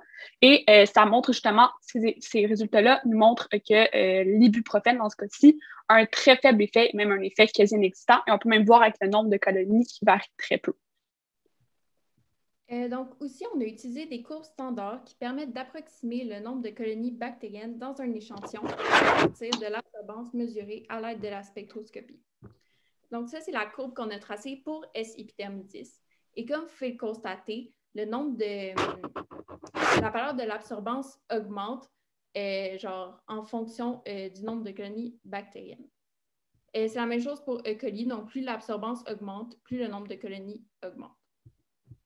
Pour nos résultats, on a trouvé que la vitamine C inhibe la croissance bactérienne d'E. coli et S. epidermidis parce que tous nos résultats d'antibiogramme et de spectroscopie concordaient et démontraient l'effet inhibiteur de la vitamine C.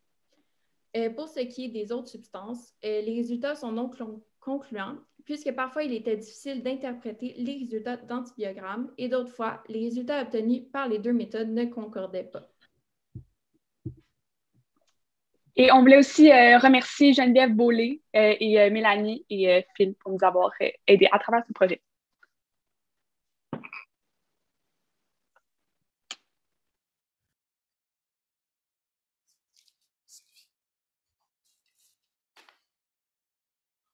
Vas-y. Ouais. Ouais. Bon.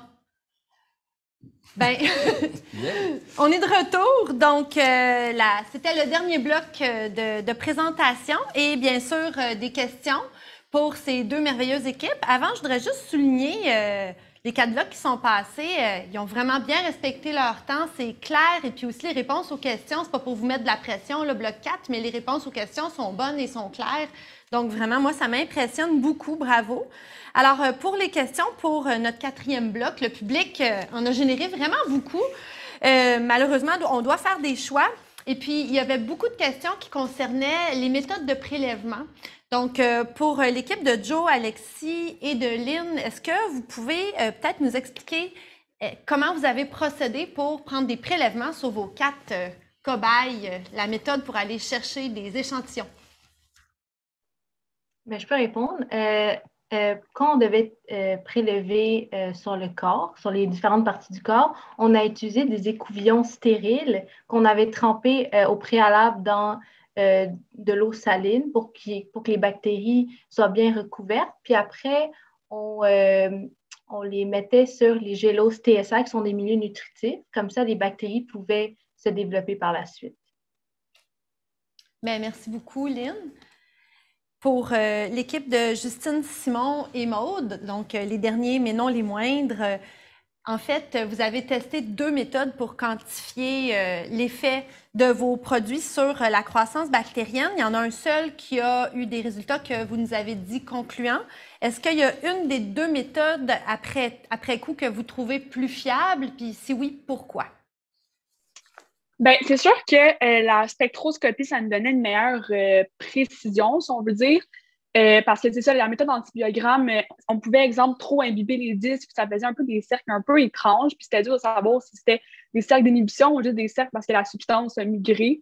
Fait que je dirais peut-être la spectroscopie. Par contre, il y a comme une certaine limite que la spectroscopie peut détecter une certaine quantité minimale de bactéries. Fait que c'est pour ça que souvent, c'était difficile de faire, c'est ça, concorder les 2 méthodes, mais je dirais sûrement la spectroscopie, ouais.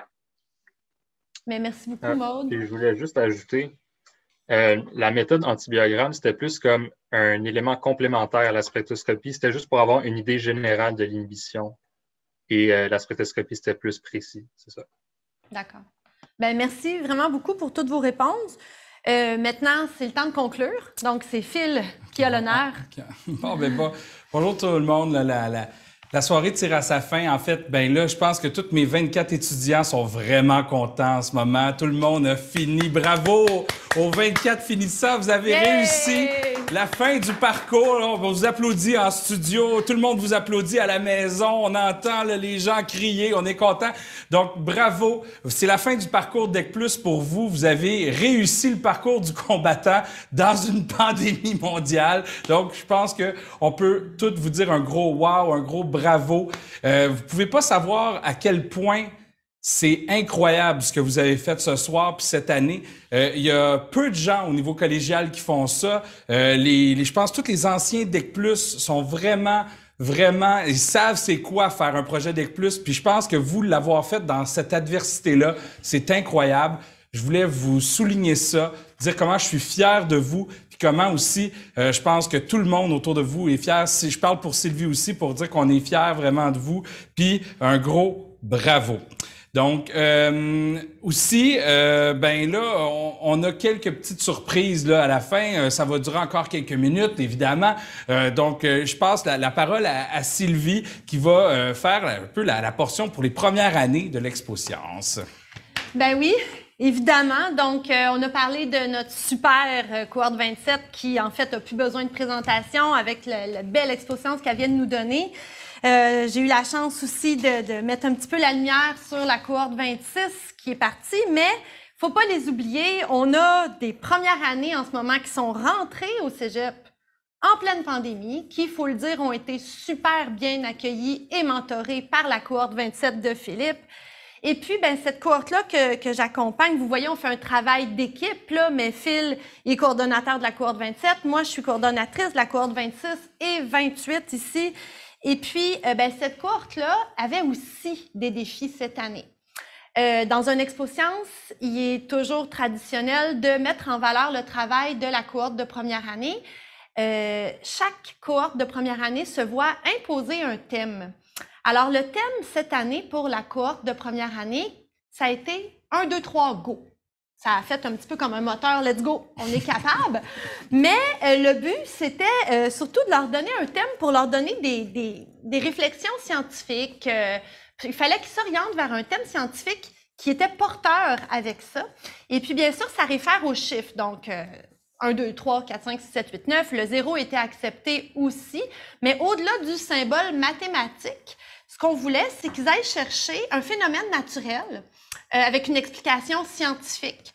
Et puis qu'ils aillent à ce phénomène-là, rattaché, il fallait qu'il y ait un chiffre qui s'y rapporte, un ou plusieurs chiffres, ou encore une séquence de chiffres, comme par exemple, pourquoi les arcs-en-ciel ont 7 couleurs, pourquoi on peut avoir une symétrie bilatérale, le code binaire avec 0, 1. Donc, vous voyez le thème. Donc, ce sont des thèmes qui ont été exploités. Dans un premier temps, les étudiants devaient choisir un sujet, le soumettre, le faire accepter, et faire un article de vulgarisation scientifique. Donc, c'est toujours ça le défi de la première session du cégep. C'est ce qu'ils ont fait, qu'ils ont présenté, corrigé. Et au cours de la deuxième session, en prévision de l'Expo-Science, ils doivent faire sortir leur côté un petit peu plus créatif dans le but d'intéresser non pas seulement la communauté scientifique à leur sujet, mais bien le public, le grand public. Donc, le but, c'est d'aller attirer l'attention en présentant une vulgarisation, en trouver un médium pour parler de leur sujet scientifique et attirer les gens. Ça peut être une maquette, un vidéo-reportage, un jeu. Donc, là, ils vont avec leur imagination. Et puis, vraiment, cette année, la cohorte 28 avait le défi supplémentaire d'avoir... Au début, on ne savait pas si ça serait en réel ou en virtuel. Et puis là, je leur ai dit, bien, arrangez-vous pour que ça soit quelque chose qu'on peut montrer en vrai, mais qui va pouvoir aussi être supporté si jamais l'expo est virtuelle. Et c'est là qu'on est rendu. Donc, ils ont travaillé vraiment fort. Et pour pouvoir bien mettre en valeur leur travail ce soir, on ne va pas prolonger ça pendant un autre 2 heures, j'ai eu beaucoup d'aide d'une étudiante fantastique qui s'appelle Léa Bernard, qui est une des responsables de la cohorte 28, une des représentantes. Et puis, avec elle, on a monté un site web super, dont je suis vraiment je suis super fière du produit final. Je suis pleine de joie pour... en tout cas, je trouve que c'est super beau comment c'est présenté pour les étudiants. Et on aimerait justement vous présenter ce beau... merci François. Donc, ce beau site web-là. Alors, vous avez maintenant sous vos yeux la super cohorte 28, 30 étudiants fiers avec le thème 1, 2, 3, go. Et vous voyez en haut le site web pour pouvoir aller voir le travail de ces étudiants-là. François a aussi mis dans le chat donc le lien que vous pouvez copier pour aller voir le site. Donc, ne vous inquiétez pas si vous n'y arrivez pas parce que les médias sociaux du collège, que ce soit Facebook, Instagram ou encore le site, vont bientôt publiciser ce lien-là pour que vous puissiez y être facilement redirigé. Et puis, l'enregistrement de l'activité de ce soir aussi va être rendu disponible par les différents médias là, du collège. Donc, vous allez pouvoir réécouter ça si vous en avez manqué un bout et vous allez pouvoir aller visiter ce site qu'on veut le plus interactif possible. Et à la fin du site, ben, aux surprises, c'est sûr qu'on n'allait pas laisser tomber la cohorte 26. Il y a une rubrique où vous allez pouvoir voir les jolies binettes de nos étudiants de la cohorte 26, voir des belles photos de leur parcours au collège, puis aussi lire leur rapport final qu'ils ont fait et qui aurait été superbe à présenter en Expo-Science. Donc, voilà, c'est comme ça qu'on couronne le tout pour la cohorte 28 et la cohorte 26. Je vous invite à aller voir ça puis à prolonger le plaisir de l'Expo-Science que j'espère vous avez eu ce soir avec nous. Et puis maintenant, Philippe. Oui. Bien, pour conclure, en fait, on ne pourrait pas vous quitter sans remercier tous les gens qui sont derrière cette Expo-Science-là. Vous vous doutez peut-être que, évidemment, une activité comme ce soir, c'est plusieurs mois de travail et surtout plusieurs longues heures aussi d'une grande équipe. Donc, je voudrais remercier tous les gens qui ont participé. Donc, premièrement, les étudiants, évidemment, les 3 cohortes, la cohorte 26, la cohorte 27 et la cohorte 28. Sans vous, le DEC+, c'est rien, bravo. Et c'est vraiment vous le centre de toute l'Expo-Science. Sans vous, le programme n'est rien. C'est vraiment pour vous qu'on le fait. Les parents, les familles de ces étudiants-là, cette année, je pense que tout le monde a eu besoin de s'aider et je pense que je voudrais remercier, je sais qu'il y a plusieurs parents et familles qui sont avec nous ce soir. Je voudrais vous remercier personnellement parce que vous avez aidé tous ces étudiants-là à faire leurs études dans un contexte qui est pas facile, on le sait, et on est avec eux là-dedans aussi à tous les jours. Les superviseurs de projet, donc 4 professeurs extraordinaires qui ont donné de leur temps. Année après année. Année après année, c'est des gens gens qui participent au projet, qui sont là chaque semaine avec les étudiants au labo, qui les suivent. Les techniciennes, on a parlé, sans eux, c'est impossible de faire des projets. Donc, merci à vous. Le collège, la direction, moi puis Sylvie, on a des idées de fous, et on nous permet de les faire année après année. Donc, ce soir, on est un exemple. Merci à la direction de nous épauler là-dedans, de nous donner les moyens de pouvoir le faire. Et aussi, finalement, l'équipe technique sans qui ce serait impossible. Donc, je présente, on les voit là dans le fond, donc Michel et François. Il y a Mardoché aussi qui a travaillé là-dessus. Et le nombre de fils, regardez le nombre de fils qu'il y a. Il y a des ordinateurs partout dans la salle en ce moment. Et c'est vraiment à cause d'eux qu'on est capable de faire ça. Finalement, le public, évidemment, ben, toutes vous, les anciens, toute la gang que vous êtes en train de regarder, sans ça, ben il y aurait pas d'exposition. Il faut présenter ça à quelqu'un, puis vraiment, vous êtes extraordinaires. Les questions, on voit les messages de bravo. On est vraiment très heureux de vous revoir année après année. C'est super. Maintenant, pour la fin, on va vous permettre, en fait, aussi de parler directement à nos finissants. Ce qu'on va faire, on va créer donc des salles virtuelles. C'est des salles donc de discussion où est-ce que vous allez pouvoir discuter directement aux différentes équipes. Donc, voici comment qu'on va organiser ça. Il va y avoir des salles qui vont être créées une par équipe, donc qui vont être identifiées avec le nom des personnes de l'équipe, le prénom des personnes de l'équipe. Et vous allez pouvoir, en fait, juste avant le générique de la fin, on va ouvrir les salles d'attente. Il va y avoir une fenêtre qui va apparaître et vous pourrez sélectionner dans quelle de ces salles de discussion-là vous voulez aller. Vous pourrez poser toutes vos questions aux étudiants et ils vont être là donc dans chacune des salles. Il va y avoir aussi une salle principale, c'est celle-ci, celle que vous êtes en ce moment. C'est où est-ce que moi puis Sylvie, on va être, s'il y en a qui veulent nous jaser ou régler des problèmes pour aller dans les salles de discussion. Souvent, on va aider. Il y a aussi le chat qui peut servir à ça. Si vous avez de la misère à vous connecter dans une salle, on peut vous aider à le faire. Donc, juste marquer dans le chat « Je veux aller dans telle salle » et François va vous diriger vraiment là, dans les différentes salles. Donc, ça va s'ouvrir, je rappelle, juste au début du générique de la fin et vous pourrez donc y aller tranquillement, pas vite. Donc, il va y avoir une musique, plein de photos là, pour ceux qui veulent regarder le générique, mais aussi les salles vont être ouvertes à partir de ce moment-là. Donc, je vais terminer aussi en remerciant évidemment Sylvie. Sylvie, on est ensemble depuis plusieurs années pour en ce qui est de l'organisation des Expo-Sciences. On en a fait beaucoup. Je pense que cette année, c'est la plus folle de loin qu'on a organisée. On a vraiment, je pense que c'est la 8e version d'Expo-Sciences. En tout cas, je ne sais pas le nombre, mais c'était extraordinaire de faire ça avec toi. Merci encore. En fait, c'est super le fun qu'on soit dans cette aventure-là ensemble avec les étudiants. Bien là, c'est le moment où est-ce que je pourrais me mettre à pleurer. Fait qu'il faut que je me contienne. Fait que merci vraiment à toi, Philippe. Puis, tu sais, quand on a commencé tantôt, c'est ça, on a dit « let's go ». On est capable, on va faire ça ensemble, ça va vraiment super bien aller. Oui, c'est ça, je vais te faire brailler toi aussi. Fait que, en tout cas, on a eu vraiment un plaisir fou. J'aime ça, travailler au DEC+, avec Phil, avec les étudiants. J'espère, en tout cas, j'imagine que ça transparaît. J'espère que vous avez passé une super belle soirée parce que nous, on a passé une belle soirée, même si on était stressés jusque-là au début. Mais bravo, bravo, bravo les étudiants. Vous êtes fantastiques de toutes les cohortes qui sont là pour appuyer puis ceux qui ont présenté ce soir. Merci. Merci et à l'année prochaine et en vrai, on l'espère en vrai.